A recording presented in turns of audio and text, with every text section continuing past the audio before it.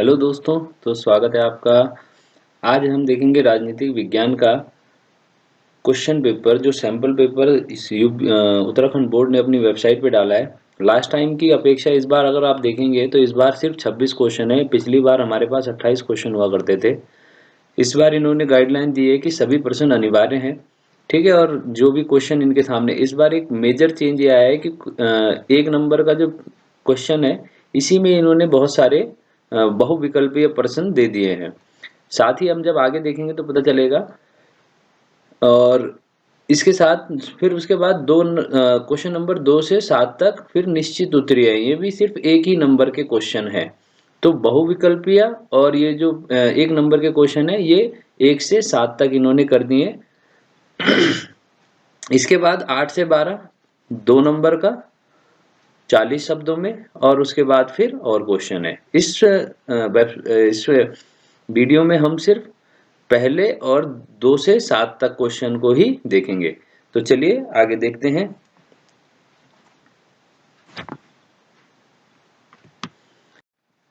सबसे पहला क्वेश्चन है, पूंजीवादी दुनिया और साम्यवादी दुनिया के बीच विभाजन का प्रतीक थी। तो देखो, इसमें बहुत सारे ऑप्शन दे रखे हैं। ये पहले ही क्वेश्चन का है, यानी पहले क्वेश्चन के बहुत सारे जो पार्ट इन्होंने कर दिए हैं वो है। तो पहला ऑप्शन है इसमें, बर्लिन की दीवार। पूंजीवादी और साम्यवादी, देखिए विश्व युद्ध के दौरान, विश्व युद्ध के बाद दुनिया दो भागों में जो बंट चुकी थी। एक थी पूंजीवादी दुनिया और दूसरी थी साम्यवादी दुनिया। याद रखने वाली चीज ये है कि पूंजीवादी दुनिया का जो नेतृत्व है वो कर रहा था यूएसए, यानी संयुक्त राष्ट्र संघ। और साम्यवादी दुनिया का जो नेतृत्व कर रहा था वो था यूएसएसआर, यानी सोवियत संघ। सोवियत संघ, इसका इस तरीके से याद रखेंगे। तो ये बेसिक चीजें हैं जो आपको याद रखनी है।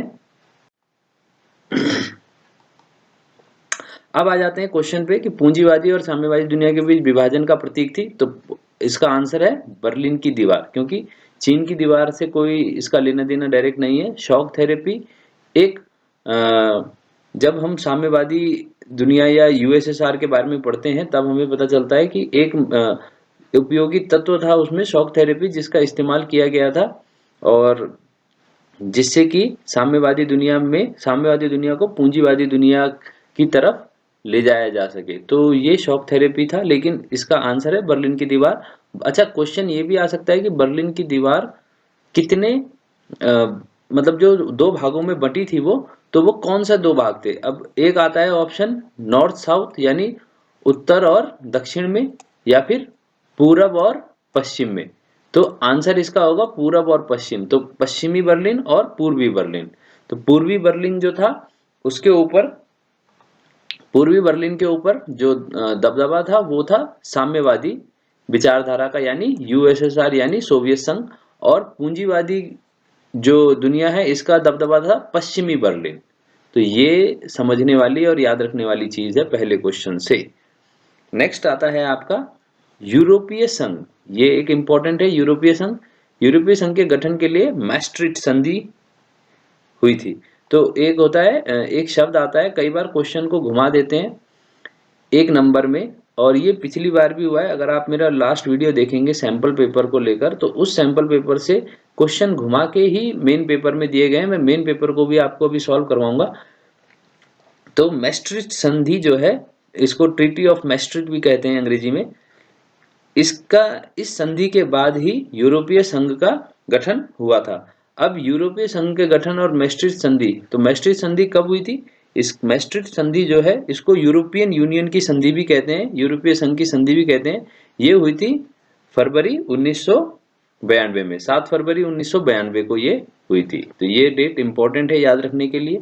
और ये भी ध्यान रखना कि क्वेश्चन ऐसे भी आ सकता है कि मैस्ट्रिक्ट संधि के बाद कौन से संगठन या कौन से संघ का गठन हुआ था, या इस तरीके की यूरोपीय संघ के गठन के लिए कौन सी संधि की गई थी। तो मैस्ट्रिक्ट संधि, ये ध्यान रखने वाली चीज है। नेक्स्ट क्वेश्चन है हमारा, दक्षिण एशिया में निम्न में से कौन सा देश सम्मिलित नहीं है। तो अगर आप भारत को नक्शे को देखेंगे तो भारत का नक्शा कुछ इस तरीके से है, ठीक है। और बहुत अच्छा नहीं बन रहा है ये, लेकिन समझाने के लिए ठीक है, इस तरीके से है कुछ। तो अगर आप देखेंगे दक्षिण एशिया, तो दक्षिण एशिया में वो सब देश हैं जो भारत के पड़ोसी देश हैं, जैसे कि यहाँ पे हमारा पाकिस्तान, ठीक है, पाकिस्तान और अफगानिस्तान, फिर इधर से हमारा चीन, हमारे बिल्कुल सटा हुआ नेपाल, ये सब हमारे दक्षिण एशिया में आता है। भूटान, इधर से हमारा बांग्लादेश, नीचे हमारा श्रीलंका। तो ये सारे देश जो हैं दक्षिण एशिया में आते हैं। एक देश है जो दक्षिण एशिया में नहीं आता बल्कि दक्षिण पूर्वी एशिया में आता है, जिसको हम कहते हैं थाईलैंड।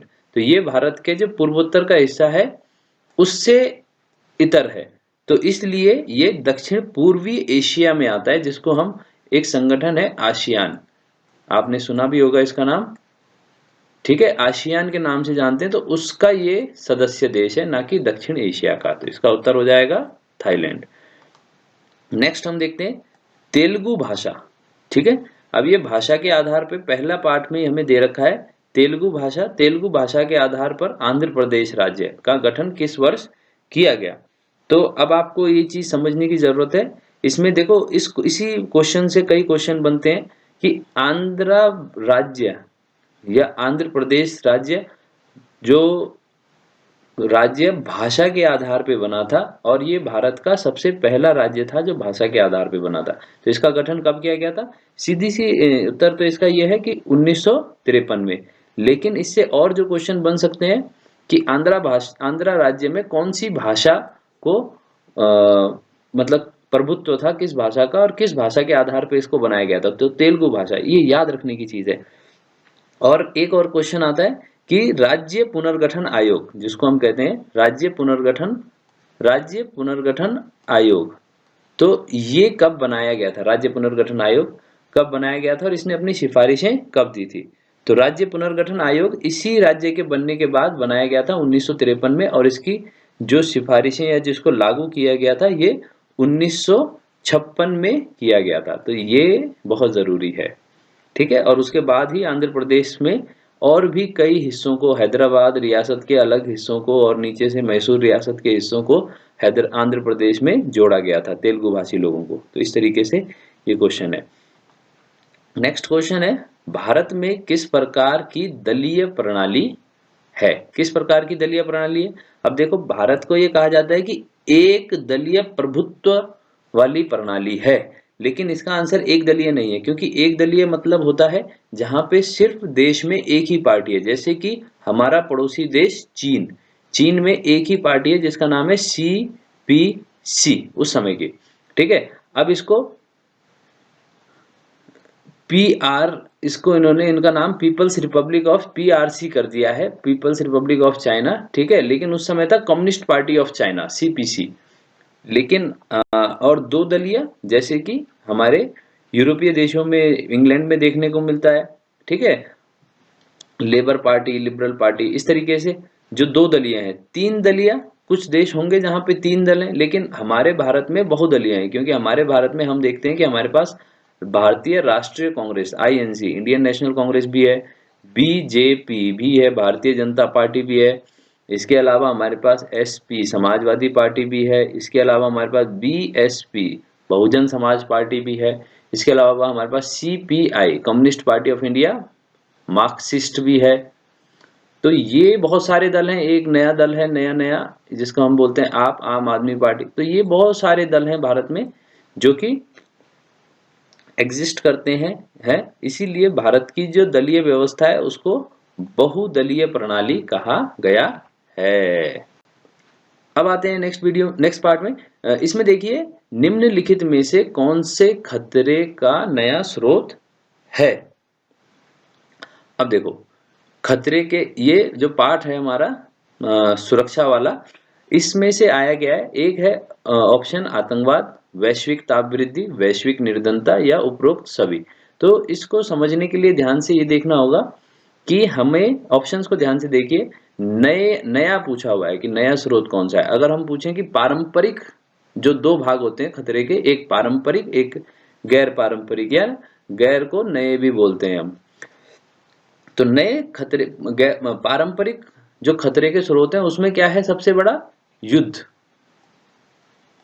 जो हमेशा से होता है, प्रथम विश्व युद्ध, द्वितीय विश्व युद्ध या दो देशों के बीच होने वाला युद्ध। लेकिन अगर हम ध्यान से देखें अभी, तो वर्तमान में जो नए खतरे के स्रोत हुए हैं, और उसमें सबसे जिसको ये माना जाता है कि 9/11 ये जो अमेरिका के वर्ल्ड ट्रेड सेंटर, यानी ये जो बिल्डिंग थी उसके ऊपर जब हमला हुआ था अल कायदा की तरफ से, तो अमेरिका ने विश्व को कहा था कि आतंकवाद जो है ये वैश्विक नया खतरा उभरा है सामने, वैश्विक खतरा। तो इस तरीके से हम ये देखते हैं कि आतंकवाद को खतरे के नए स्रोत में रखा गया है। तो ये आतंकवाद कैसा खतरा है? ये देशों के लिए, जनता के लिए बहुत ज्यादा खतरा है, जनसंख्या के लिए। अब आता है वैश्विक ताप वृद्धि, इसको अंग्रेजी में कहते हैं ग्लोबल वार्मिंग।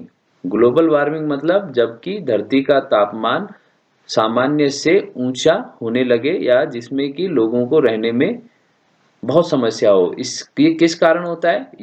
इसका कारण है, देखो क्वेश्चन आ सकता है कि वैश्विक ताप वृद्धि किस कारण होता है, तो इसका आंसर होता है जलवायु परिवर्तन।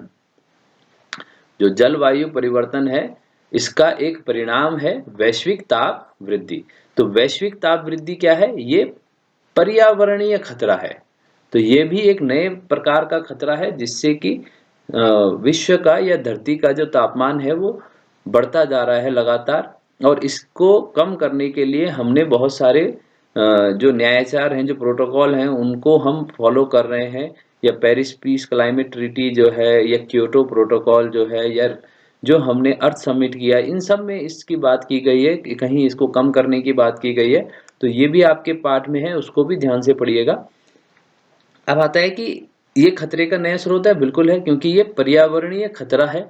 विश्व के पर्यावरण या विश्व के जनसंख्या को हानि इससे होने वाली है नई प्रकार की, और इसलिए ये वैश्विक ताप वृद्धि एक खतरा है। एक जो विश्व के समाज के ऊपर एक नया खतरा पैदा हो गया है, वो है वैश्विक निर्धनता। यानी माना ये जा रहा है कि बढ़ती हुई असमानता के कारण, ठीक है, दुनिया में बढ़ती हुई असमानता, और कौन सी असमानता?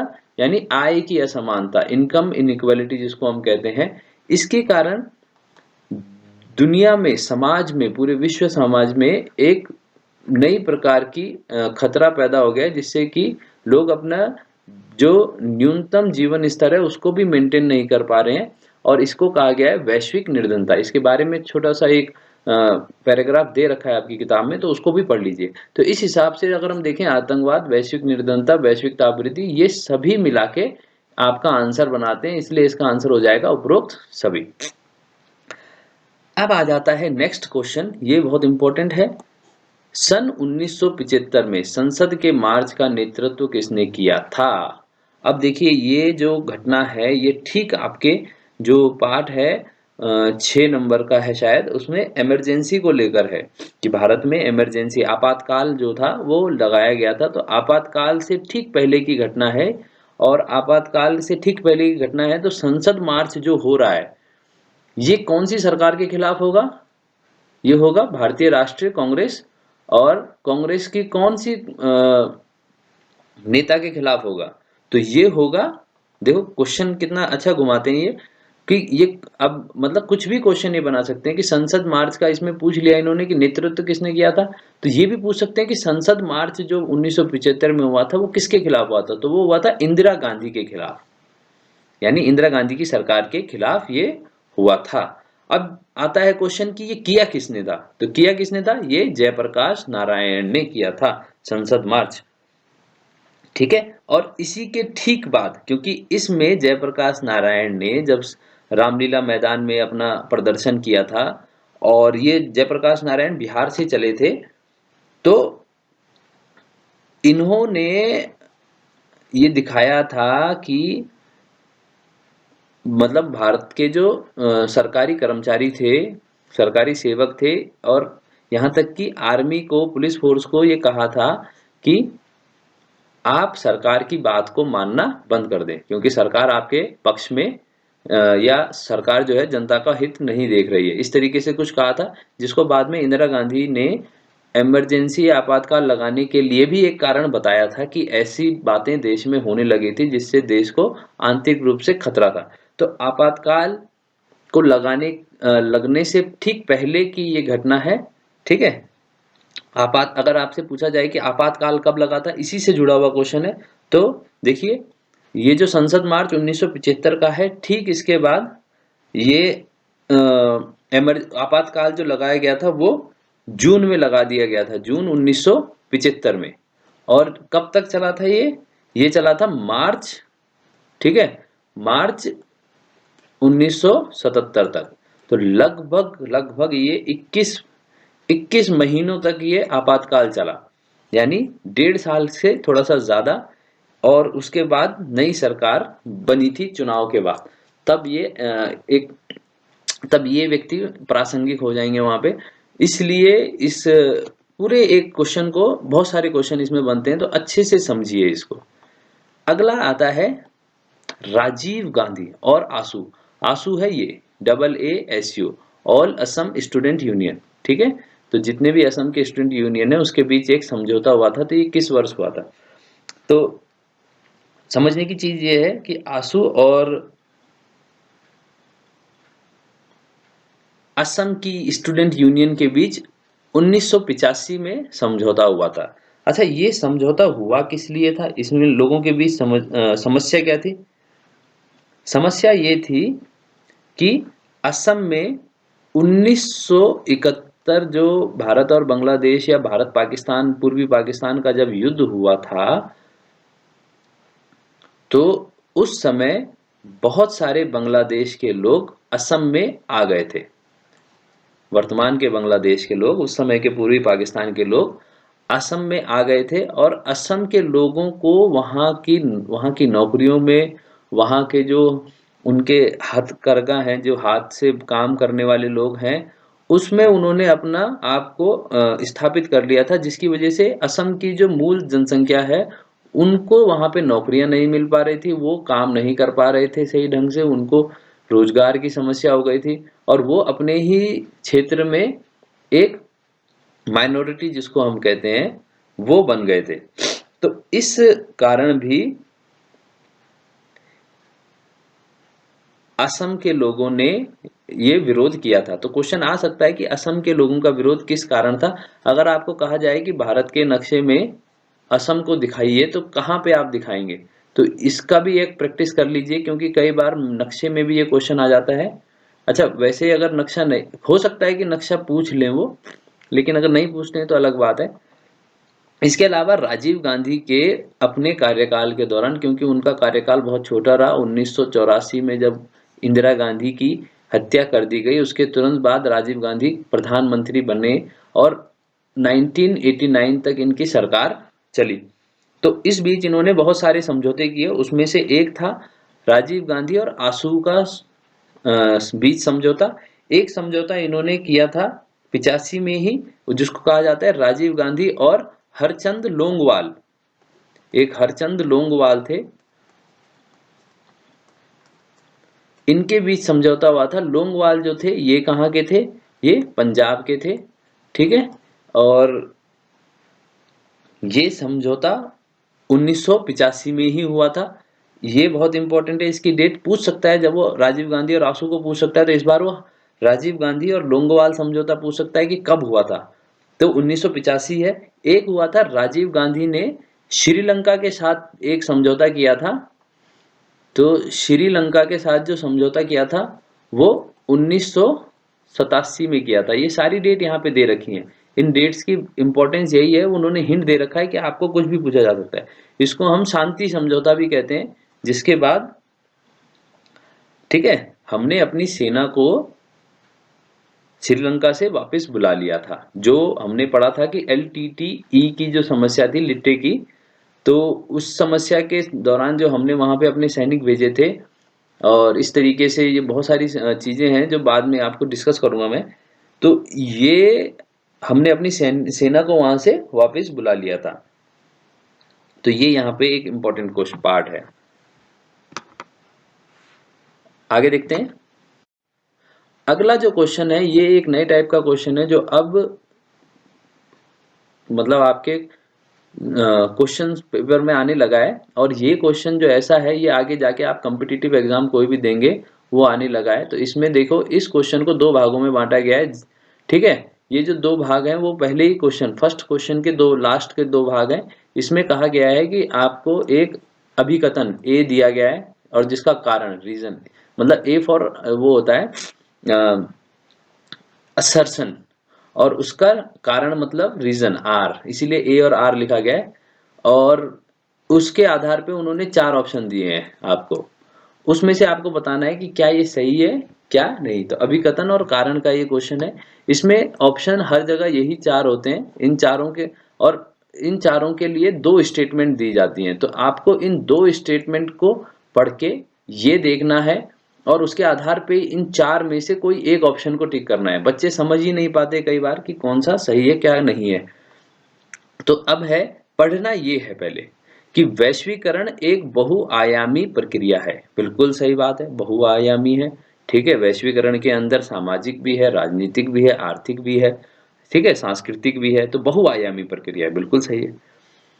अब अगला इसने कारण दिया है, वैश्वीकरण केवल आर्थिक परिघटना है। तो केवल आर्थिक है, ये बिल्कुल ही गलत है। तो इसमें वो कह रहा है कि ए और आर दोनों सही है, तो यहीं पे ये स्टेटमेंट गलत हो जाता है। ये दूसरी बात में फिर कह रहा है ए और आर दोनों सही है, तो ये बिल्कुल गलत हो जाता है।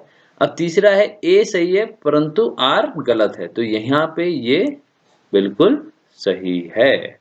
इसको करने के और भी तरीके हैं, पर इस तरीके से आप भी इस क्वेश्चन को कर सकते हैं।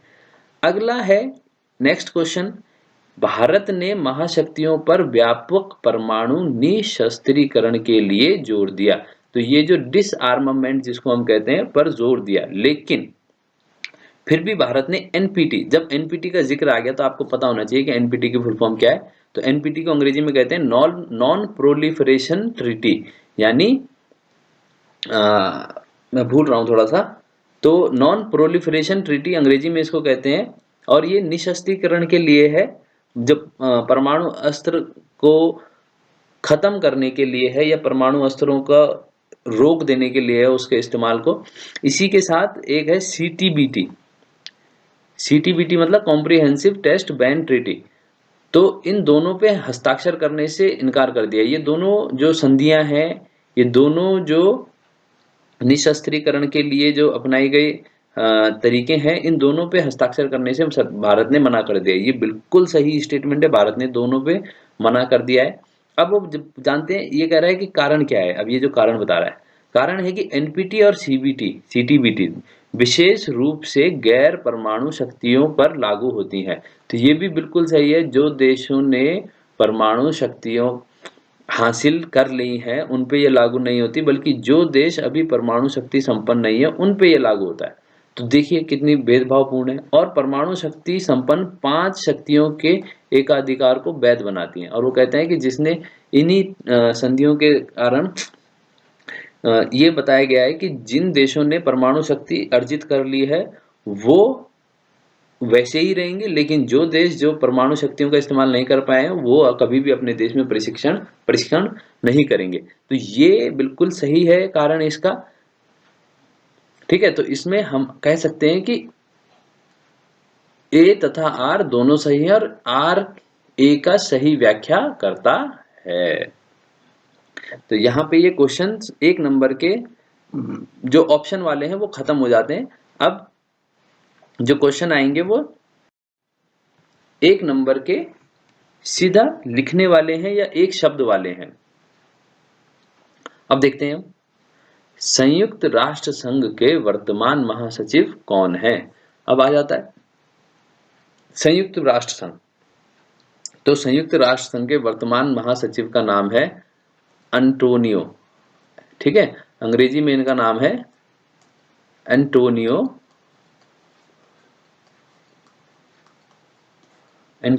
गुतेरेस, ठीक है।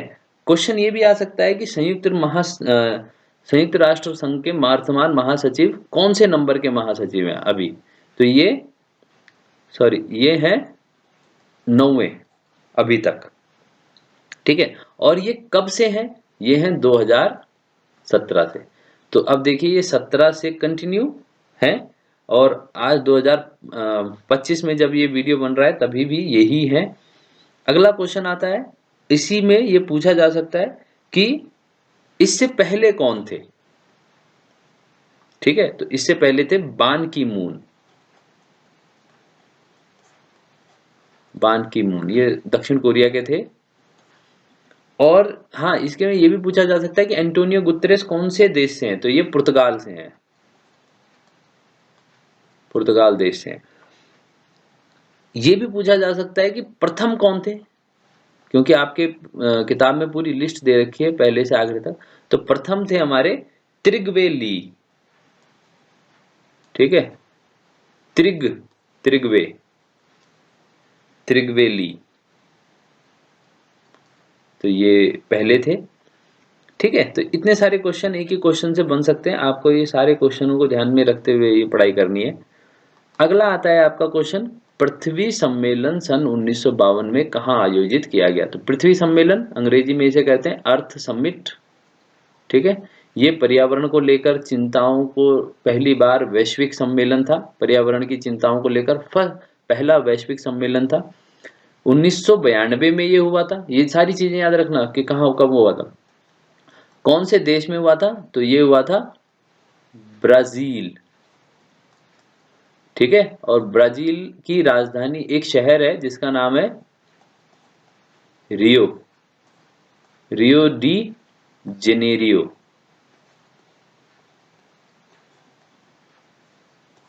रियो डी जेनेरियो में ये हुआ था। ठीक है, तो ये तीन चीजें आपको याद रखनी। पृथ्वी सम्मेलन किससे संबंधित है? पर्यावरणीय समस्याओं को लेकर कंबाइंड। इसका परिणाम क्या निकला, मतलब इससे क्या रिजल्ट क्या निकला इसका सम्मेलन करने का? तो इसका रिजल्ट निकलेगा, हम देखेंगे एजेंडा, एजेंडा 21। ठीक है, A21 भी कहते हैं इसको, एजेंडा 21 कि 21 इन्होंने सोल्यूशन बताए कि हमें पर्यावरण को लेकर क्या नए कदम उठाने चाहिए।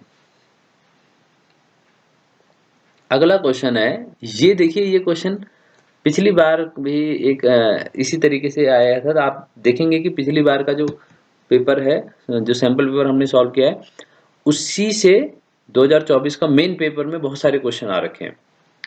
तो देखते हैं इसमें क्या है। वैश्वीकरण के विरोध में, अब यहाँ पे विरोध में निर्मित विश्वव्यापी मंच का नाम क्या है? ठीक है, तो इसको हम देखेंगे। इसका नाम है WSF। ठीक है, इसका नाम विश्व, ये जो है इसकी फुल फॉर्म है वर्ल्ड यानी विश्व, सोशल यानी सामाजिक, और फोरम। ठीक है, मंच। तो विश्व सामाजिक मंच है। और ये इसका मुख्य अब देखो क्वेश्चन को पलट सकता है वो, और पिछली बारी के पेपर में आया भी है कि WSF किस काम आता है, मतलब इसकी एक तो फुल फॉर्म है और ये क्या क्या इसका मुख्य कार्य है। तो ये जो है वैश्वीकरण के विरोध में है, ये कोई किसी देश का नहीं है, ये एक नॉन गवर्नमेंटल है, गैर सरकारी संगठन है। ठीक है, अगला क्वेश्चन है, भारतीय कम्युनिस्ट पार्टी CPI कांग्रेस से कब अलग हुई? तो देखिए CPI जो है इसका कांग्रेस से अलग होना, ये क्वेश्चन थोड़ा अटपटा है, लेकिन एक डेट याद रखिए 1964। 1964 में CPI जो है वो दो भागों में बंट गई। एक हो गया तो CPI रही, और दूसरा CPIM मार्क्सिस्ट। और इसके बाद इसमें बहुत सारे बदलाव और आएंगे, लेकिन 1964 की ये डेट याद रखना। 1964 में ही क्यों हुआ? क्योंकि इस समय हमारे प्रधानमंत्री नेहरू जी का निधन हुआ था, और नेहरू जी जो इनको बहुत अच्छा सपोर्ट था कि नेहरू जी की मृत्यु के बाद इस पार्टी में बहुत गहरी टूट हुई। नेक्स्ट क्वेश्चन है 1969 में कांग्रेस पार्टी के राष्ट्रपति के उम्मीदवार नीलम संजीव रेड्डी। अब देखो 1959 में क्या हो रहा है। 1900 हमें पता है कि इंदिरा गांधी को आंतरिक रूप से लाल बहादुर शास्त्री की मृत्यु के बाद प्रधानमंत्री बनाया गया था, और वो उसको बनाने के पीछे जो हाथ था, उसका हाथ था सिंडिकेट का, सिंडिकेट के सदस्यों का। अब सिंडिकेट क्या है, क्वेश्चन ये भी आ रखा है कि सिंडिकेट क्या है। तो सिंडिकेट कांग्रेस के भीतर, कांग्रेस पार्टी के भीतर पुराने जो लोग हैं और जिनका दबदबा है, तो उनका एक समूह है जिसको सिंडिकेट कहते हैं। लेकिन क्योंकि इंदिरा गांधी नई एक युवा और नई नेता थी, तो उनको सिंडिकेट ने पहले तो समर्थन किया, लेकिन जब बाद में इंदिरा गांधी को राजनीति समझ में आ गई तो उन्होंने सिंडिकेट को पीछे छोड़ दिया। तो उस समय ये एक बहुत नाटकीय घटना कहेंगे इसको, जो इतिहास में हुई है, कि नीलम संजीव रेड्डी ये कांग्रेस पार्टी के तो उम्मीदवार थे, लेकिन इंदिरा गांधी जो उस समय की तत्कालीन प्रधानमंत्री थी उस समय, वो उन्होंने अपनी पार्टी के लोगों को, ठीक है, अपने मन की बात सुनने के लिए कहा था और उसके आधार पे वोट करने के लिए कहा था। और उस समय नीलम संजीव रेड्डी के विरुद्ध जो खड़े थे उनका नाम था वी गिरी, ठीक है। ये उड़ीसा के थे, तो इनको उन्होंने खड़ा किया था। और मजे की बात है कि वी गिरी उस समय जीत भी गए थे, जिसके बाद इंदिरा गांधी का दबदबा कांग्रेस पार्टी में बना और उन्होंने कांग्रेस पार्टी में टूट भी हुई इसके बाद। और एक इंदिरा गांधी ने अलग होकर नई कांग्रेस बनाई, जो कांग्रेस टूट हुई थी, जो दो भागों में, एक आर एक कांग्रेस ओ, ठीक है। तो ओ फॉर ऑर्गेनाइजेशन था वैसे तो, पर इसको ओल्ड से याद रखना। और आर फॉर रिक्विजिनिस्ट था अंग्रेजी में, जिसको इंदिरा गांधी की कांग्रेस कहा गया। नेक्स्ट क्वेश्चन है, मंडल आयोग की सिफारिशें किस मुद्दे से संबंधित थी? तो किस मुद्दे से संबंधित थी, ये लास्ट क्वेश्चन है 1 नंबर का। अब देखिए, मंडल आयोग के अध्यक्ष कौन है? पहले अध्यक्ष, या इसको हम पहले अध्यक्ष नहीं कहेंगे, इसको मंडल आयोग जो है, ये अध्यक्ष जो है इसका है बीपी मंडल, ठीक है।